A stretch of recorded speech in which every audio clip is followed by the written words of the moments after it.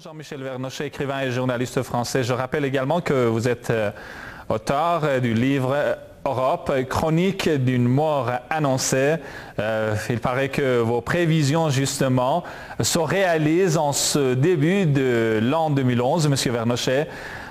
Les observateurs qualifient de grave la situation économique de l'Europe en 2010 et les prévisionnistes, Monsieur Vernochet, en effet, sont très pessimistes sur l'économie européenne en 2011, d'autant plus que selon les prévisions, la croissance européenne, la croissance économique en Europe va ralentir tout au long de l'an 2011. Ceci étant dit, Monsieur Vernochet, alors quel jugement tirez-vous de la situation économique en Europe pendant l'année qui vient de s'écouler et pour l'an qui vient de s'ouvrir, justement? Oui, écoutez, il n'y a pas que les économistes ou les prévisionnistes qui soient pessimistes. Les ménages français battent tous les records de pessimisme et certainement à juste titre. En Europe, il n'y a plus que les Allemands pour avoir une confiance relative dans l'avenir. Enfin, nous pourrons revenir le cas échéant sur ce point. Oui, l'année 2011 va être une année tout à fait cruciale pour l'euro et donc pour l'Europe. Mais quand on dit Europe, il s'agit bien de l'Europe de Bruxelles. Ne confondons pas l'Union européenne, construction idéologique, artificielle, avec l'Europe réelle, l'Europe des peuples, l'Europe des nations. Si l'euro, comme tout le laisse à penser, s'auto-détruit, si par exemple l'Allemagne sortait de l'euro, ce qui serait peut-être la meilleure bonne chose qui pourrait nous arriver, la France devant suivre l'Allemagne, puisque le moteur de l'Europe, c'est le couple franco-allemand. L'euro se trouverait déprécié et les économies qui aujourd'hui sont très mal en point, peut-être pourraient retrouver un ballon d'oxygène. Mais la fin de l'euro, puisque ça serait la fin de l'euro, ou peut-être le passage à un double euro, un euro du Nord et un euro du Sud, n'ayant pas la même valeur sur le marché d'échange, ne serait pas la fin de l'Europe, de cette Europe réelle dont je parlais, mais ça serait certainement une fin relative de l'Europe de Bruxelles. Il faudrait repenser cette construction européenne qui est certainement inéluctable, mais à ce moment-là sur d'autres bases. Et je pense que c'était quelque chose qui aurait dû être fait depuis longtemps.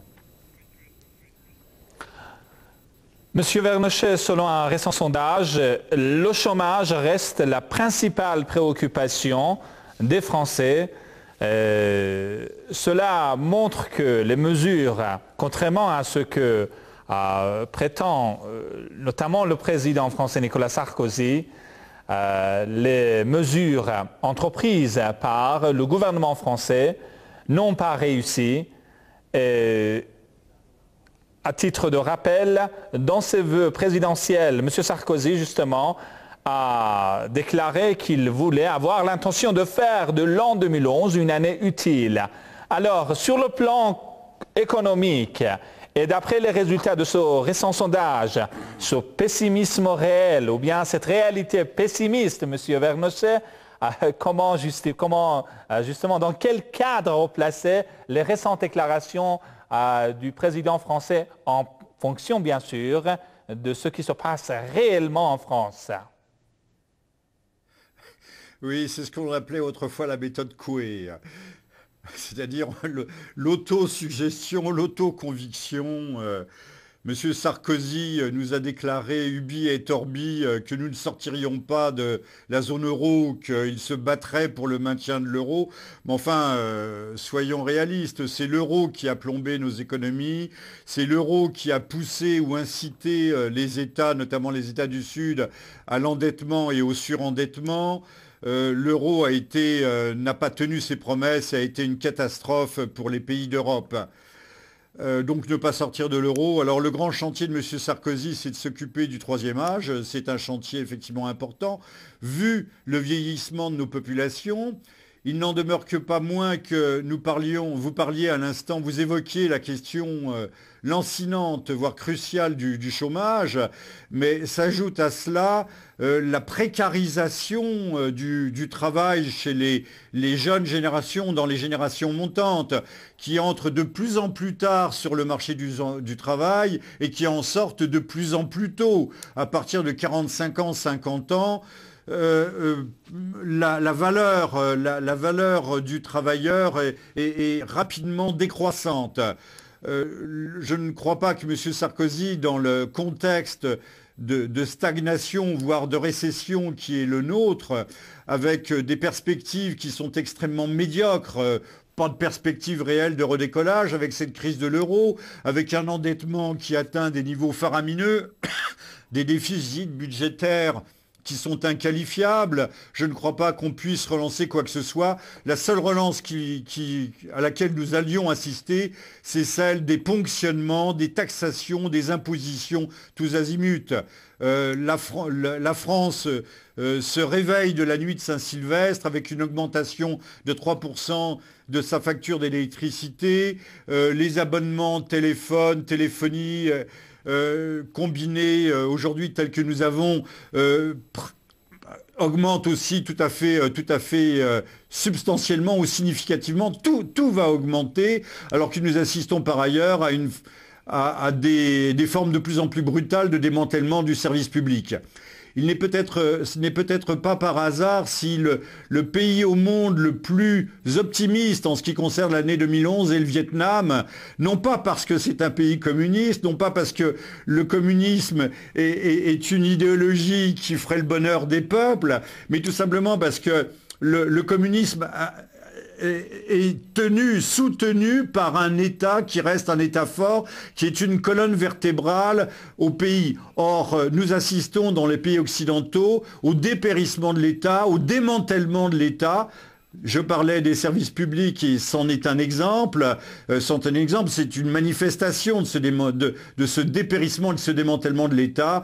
Et on laisse les forces vives de l'économie, de la finance, du marché. On donne libre cours à ces forces vives et on sait très bien que leur intérêt n'est pas leur intérêt primordial, prioritaire, n'est pas celui des populations. Alors il est sûr à présent que c'est les États-Unis qui entraînent l'Europe dans sa chute. Alors le moment n'est-il pas venu que pour l'Europe de se débarrasser justement de sa dépendance économique et politique envers les États-Unis et à long terme justement de procéder à une réforme de la structure financière européenne et internationale, pourquoi pas? Oui, pourquoi pas. Rappelons, puisque vous nous parlez du déclin américain, en tout cas l'économie américaine, se porte mal, puisque plutôt l'Amérique elle-même, son endettement actuellement atteint le montant faramineux de 15 000 milliards de dollars. Je dis bien 15 000 milliards de dollars. Chiffre qui dépasse l'imagination. Il est vrai, et vous avez bien noté, que l'Amérique risque d'entraîner l'Europe dans sa chute, et la Chine, dont les débouchés commerciaux sont essentiellement nord-américains et surtout européens, a bien pris conscience de cette tendance lourde, et essaye de se désengager de son soutien de l'économie américaine par l'achat massif de bons du Trésor du Trésor américain. Et comme vous le savez, la Chine aujourd'hui se tourne vers l'Europe, qu'elle va maintenir, peut-être porter à bout de bras.